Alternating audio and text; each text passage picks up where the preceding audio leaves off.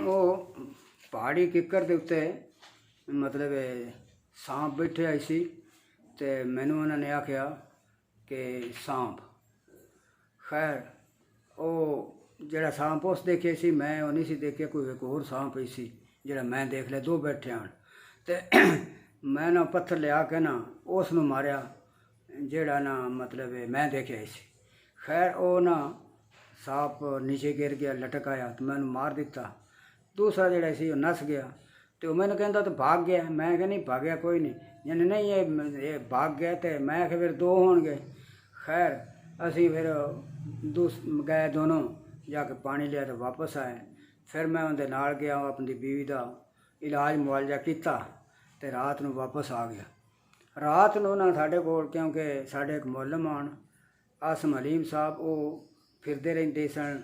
मुअल्लिमीन दे कोल घोड़ा रखा सी ते आंदे जांदे सन कि कोई किसी चीज़ की जरूरत बाद दफा आटा शाटा लैके पहुँचा देंदे सन ते ओ रात नूं ना मेरे कोल आ गए।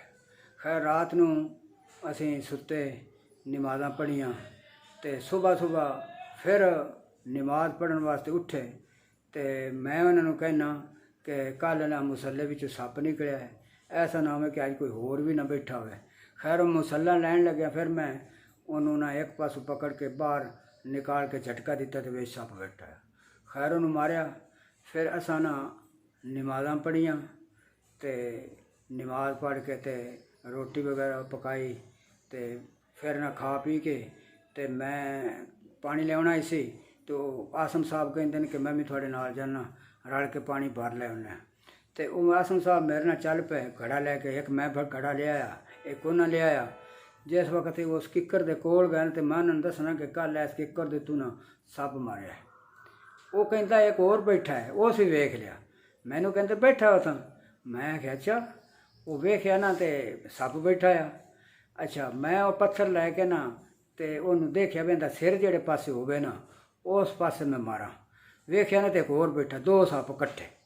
खैर मैं दोनों पत्थर मार लिया, दोवें गिर गए, वो लटक गए क्योंकि सांप जोड़ा है ना वो चढ़न लगे तो चढ़ जाता ऊपर तो वापसी तो हटे ने तो उन्होंने किक जोड़े ने कंडे किक्कर दे वो उन्होंने चुभते हैं। लाना उन्होंने वास्ते मुश्किल होंदा है, चढ़ना उन्होंने वास्ते आसान होंदा है।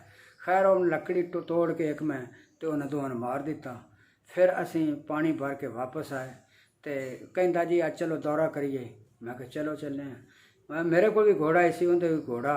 फिर असी दोवें चल पे अगे गए ना तो एक थूर का डंडा, थोर के बूटे थोर उस बड़ा लंबा डंडा थोर जो अंदर उस पासे बड़ा होंदा है तो उनके उत्ते एक सप बैठा है। क्योंकि डंडे तो असीं नाल रखते हैं, भावें कल्ले जावी जिथे भी जावी हर बंदे ने डंडा टारे च एक होर रखी होंदी सी। तो मैनू कहता नवाज जने वो सप, मैं कित्थे जने वो एक थोर डंडे उत्ते। मैं वो घोड़ी तो उतरिया तो जाके उन्हें मार छड़िया। तो वो ना 48 घंटियां दे विच मैं 6 सप मारे, यानी इस तरह उत्ते सप पई सन। तो क्योंकि हर सेंटर में इस तरह के वाकयात होंदे रहे हैं कि इस तरह मतलब गल लंबी हो जाती है। बहरहाल उस इलाके च हर किस्म दी मुश्किलात आन जिते असीं रह रहे सां। फिर ये कि नहाना साडा किस तरह होंदा सी, नहान का दसने कि सानू पानी लभदा तो सी नहाउण वास्ते नहीं, तो इस तरह करना कि वो पानी जेड़ा आना ना कुछ थोड़ा थोड़ा बचाते रहना। जिसले कोई वो पानी एक घड़ा वाधू हो जाना साढ़े कोल, फिर कपड़े धोने। कपड़े किस तरह धोने, कपड़े धोंदिया होंदिया ना वो जो साबण का है ना वो असी नाल साबण वाला पानी भी रखते रहते थे, वो नितर जाता इसी। कपड़े जैसे धो लेंदे आ, यही होंदा बई वो लोटा पा के कपड़े साफ करके वो तो सुकने पा छड़ने। फिर वो जो साबण वाला पानी होंदा इसी ना उनके नाल ही असां नहाना। तो उत्तों फिर एक लोटा जो साफ पानी का होना ना वो उत्तों पा के ते अपने जिसम तो साबुन ला छड़ना। यानी नहान का यह तरीका साडा इसी। बड़ी मुश्किलात आन तो उस इलाके क्योंकि लोग गंदे रहिंदे हैं, नहाना धोना वास्ते पानी नहीं लगते, जूआं बहुत होंदियां। तो मैनू ना जूआं पै गई, मैं हुण मतलब समझा मैनू खारिश हो गई। खैर वो मैनू बड़ी खारिश हो रही तो मैनू ये ख्याल कोई ना कि मैनू जूआं भी पै गई हैं। खैर साढ़े एक मुअल्लिम सन तो वो मेरे को एक दिन आए तो मैं गोलियां खांदा इस बड़ियां बई मैनू खारिश हो गई है। वो मैं उन्होंने दस्या भी है गल मैं तो गोलियां खा खा के तो मैंने तो उंज गर्मी हुई पी तो मैंने तो बड़ी खारिश हो गई तो कोई ਦਵਾਈ ਉਸ ਆਖਿਆ ਤੈਨੂੰ ਜੂਆਂ ਪੈ ਗਈਆਂ। ਮੈਂ ਕਿ ਮੈਨੂੰ ਜੂਆਂ ਕਿੱਥੋਂ ਪੈ ਗਈਆਂ? ਨਹੀਂ ਪੈ ਗਈਆਂ, ਜਣੇ ਕੁੜਤਾ ਤਲਾ ਤੇ ਆਪਣੀ ਬੁਨੈਣ ਵੇਖ। ਉਹ ਜਨਾਬ ਜਦੋਂ ਮੈਂ ਕੁੜਤਾ ਲਾਇਆ ਤੇ ਬੁਨੈਣ ਵੇਖੀ ਤੇ ਲੰਬੀਆਂ ਲੰਬੀਆਂ ਦੁੰਬਾਂ ਵਾਲੀਆਂ ਜਿਹੜੀਆਂ ਵਿੱਚ ਜੂਆਂ ਕੱਪੜਿਆਂ ਦੇ ਸਫੈਦ ਰੰਗ ਦੀਆਂ। ਉਹ ਮੈਂ ਆ ਕੇ ਵੀ ਤੇ ਉਹ ਕੱਪੜਾ ਮੈਨੂੰ ਉਹਨੇ ਗਰਮ ਕੀਤਾ, ਪਾਣੀ ਗਰਮ ਪਕਾ ਕੇ ਨਾ ਪਾਣੀ ਤੇ ਉਹਦੇ ਵਿੱਚ ਨਾ ਉਹਨੂੰ ਧੋਇਆ, ਗਰਮ ਪਾਣੀ 'ਚ ਉਬਾਲ ਕੇ ਵੀ ਮਰ ਜਾਣ ਜੂਆਂ। ਉਹਨੂੰ ਧੋ ਕੇ ਸਾਫ਼ ਕਰਕੇ ਰੱਖਿਆ ਤੇ ਉਹ ਇੱਕ ਬਾੜ ਜਿਹੜੀ ਸੀ ਨਾ ਉਹਦੇ ਉੱਤੇ ਮੈਂ ਰੱਖ ਦਿੱਤੀ ਬਸ ਸੁੱਕ ਜਾਏ। ਥੋੜ੍ਹੀ ਦੇਰ ਹੋਈ ਤੇ ਮੈਂ ਦੇਖਿਆ ਨਾ ਤੇ ਇੱਕ ਉਹ ਕੋਲੀ ਜਿਹੜੇ ਨੇ ਉਹਨਾਂ ਦਾ ਇੱਕ ਬਛੜਾ ਉਹ ਬੁਨੈਣ ਪਿਆ ਖਾਵੇ। ਉਹ ਮੇਰੀ ਬੁਨੈਣ ਜਿਹੜੀ ਨੇ ਉਹ ਖਾ ਗਿਆ, ਸਾਰੀ ਟੁੱਕ ਛੱਡੀ। ਮੈਂ ਕਿਹਾ ਚਲੋ ਜੀ ਇਹ ਤਾਂ ਇਲਾਜ ਹੋਇਆ। ਤਾਂ ਬਹਰਹਾਲ ਐਸੀਆਂ ਮੁਸ਼ਕਲਾਤ ਦੇ ਵਿੱਚ ਅਸੀਂ ਉੱਥੇ ਰਹਿ ਕੇ ਤੇ ਦੀਨੀ ਕੰਮ ਕਰਦੇ ਰਹੇ। ਇੱਕ ਇਹ ਕਿ ਉਹ ਇਲਾਕੇ ਦੇ ਲੋਕ ਤਾਂ ਅਨਪੜ੍ਹ ਸਨ, ਨਾ ਪੜ੍ਹੇ ਲਿਖੇ ਸਨ ਕੋਈ ਨਾ।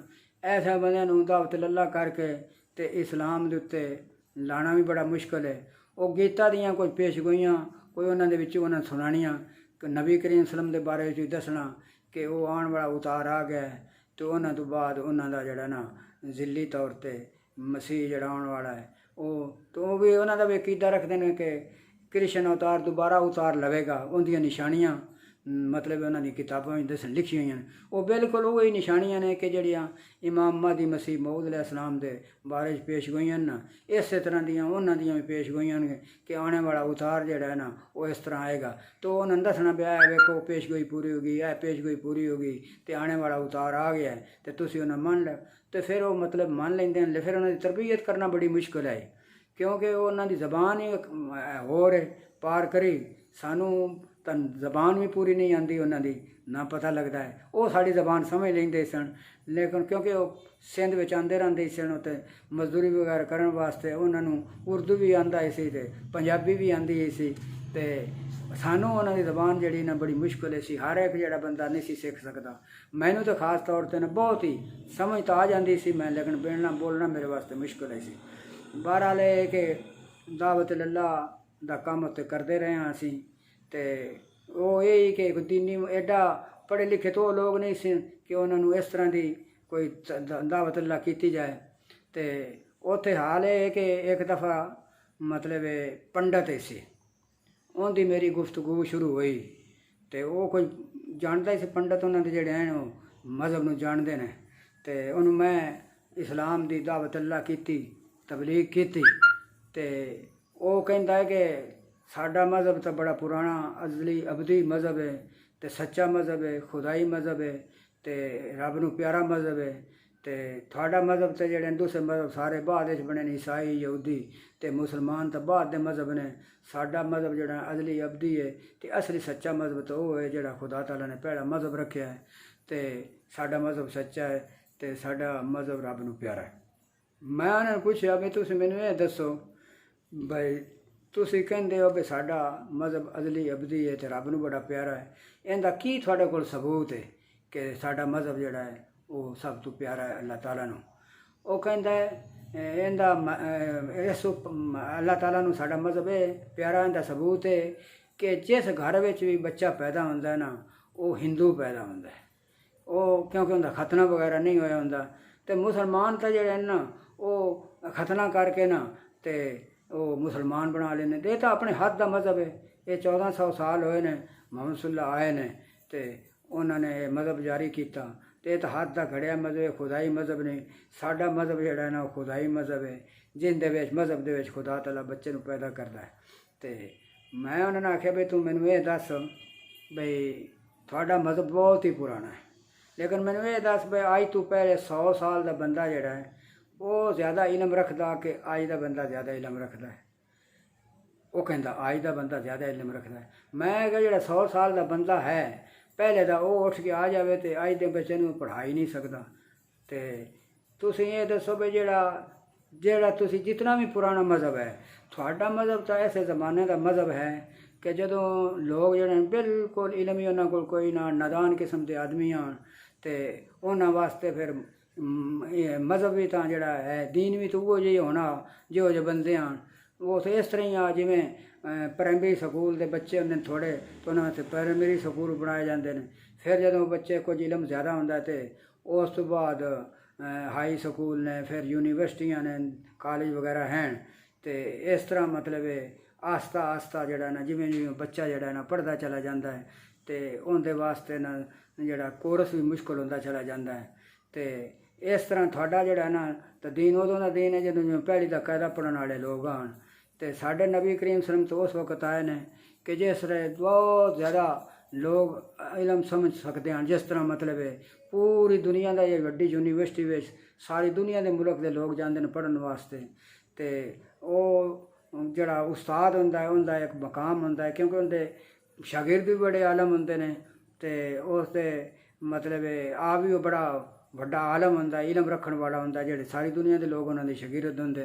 तो नबी करीम सल्लल्लाहु अलैहि वसल्लम तो पहले जितने भी नबी आए ने वो बस्तियां वास्ते आए ने, कौमां वास्ते आए ने। लेकिन जो खुदा ने देखा कि हुण लोग जड़े ना मतलब अकल वाले हो गए, समझ वाले हो गए हैं, ये आला तलीम नूं ते अमल कर सकते हैं। तो अल्लाह ताला ने हज़रत मुहम्मद सल्लल्लाहु अलैहि वसल्लम नूं सारी दुनिया का नबी बना के भेजा और उन्होंने आला किताब दी, आला दर्जा की किताब दी कि जिहड़ी हर किस्म की रूहानी जिहड़ी है ना सलाहियतां नूं तरक्की दे सकती है। तो इस वास्ते हज़रत मुहम्मद सल्लल्लाहु अलैहि वसल्लम का मकाम जिहड़ा ना बहुत बुलंद है। तो उन्होंने जिहड़ा खुदा ने दीन दिता उनका दीन का भी बहुत बड़ा मकाम है। तो थोड़े मज़हब तो वो मज़हब है कि जेड़े अनजान बंदे आन उन्होंने वास्ते आते। हुण तो बंदे बहुत अगे निकल चुके हैं, वो दीन तो इस जमाने पूरा ही नहीं आ सकता। तुसीं कहते हो कि खतना करके मुसलमान कर लेंदे ने, मैं कि गलत नहीं भाई खतना करके मुसलमान कर लेंदे ने। खतना कहते हैं ना किया खतना कर भी दिता जाए तो अगर वो कलमा नहीं पढ़ता, वो नमाज नहीं पढ़ता, और रोज़े नहीं रखता, हज नहीं करता, मुसलमानों वाले काम नहीं करता, तो वो किस तरह मुसलमान हो सकता है। ये तो नहीं भी सिर्फ खतना किते ही मुसलमान हो जाता है। तो मुसलमान तो होंदा है। तो वो खतना भी जोड़ा है कि हज़रत इब्राहिम अलैहिस्सलाम ने किया तो सुनन के तौर पर मुसलमान करते हैं। ये नहीं कि जिन्होंने खतना कर दो मुसलमान हो जाता है। हाँ ये है कि मतलब इस्लाम मुसलमानों के एक सुन्नत के तौर पर खतना किया जाता है। तो मुसलमान तो ही होंदा है जोड़ा कलमा भी पढ़ता हो, नमाज भी पढ़ता हो, रोज़े भी रखता हो, ज़कात भी देंदा हो, हज भी करता है, खुदा के रसूलों उत्ते ईमान लाने वाला हो, फरिश्तियां उत्ते ईमान लाने वाला हो। तो मतलब है कि अल्लाह ताला दी जिहड़ी किताबां उत्ते ईमान लाने वाला, मरन तो बाद दोबारा जड़ा जिंदा होना हिसाब किताब होना उनके उत्ते ईमान लैन वाला होवे तो बंदा मुसलमान होंदा है। ये तो नहीं कि सिर्फ खतना करन दे नाल। फिर एक ये वाक़या हा कि उत्थे ना एक आदमी है हिंदू, उनके 3 बच्चे तो 2 बच्चे तो कुदरती तौर पर उन्होंने खतना होया।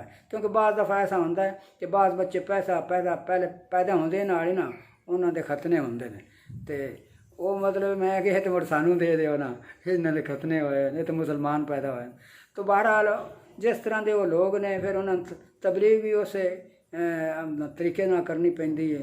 ये तो नहीं ना उन्होंने कोई इतना इलम ज़्यादा तो ना इलमी गल्लां उत्ते करनी पौंदियां, अकली दलाइल ही देने पौंदे हैं। तो अल्लाह ताला दे फजल नाल असीं उन्होंने दिंदे हां। ये खुदा दा फजल है कि उत्थे अज साडी दावत अल्लाह करन दे नाल 25 जिहड़े ने साडे मुअल्लम बन चुके हैं उन्होंने विचों, ते जमातां उत्ते कायम हो चुकियां ने। तो अल्लाह ताला दा बड़ा फजल है कि साडा उत्ते जाना जेड़ा तकलीफां उठानियां जेहड़ियां ना वो मतलब सानू एवें नहीं गईयां, वो अल्लाह ताला दे फजल नाल उन्हां तकलीफां ने रंग लाया तो उत्ते अल्लाह ताला दे हस्पताल ते सब कुछ बन गए। तो अल्लाह ताला दा बड़ा फजल है, शुक्र है। नमाज़ां लोग पढ़दे चंदे देंदे पे।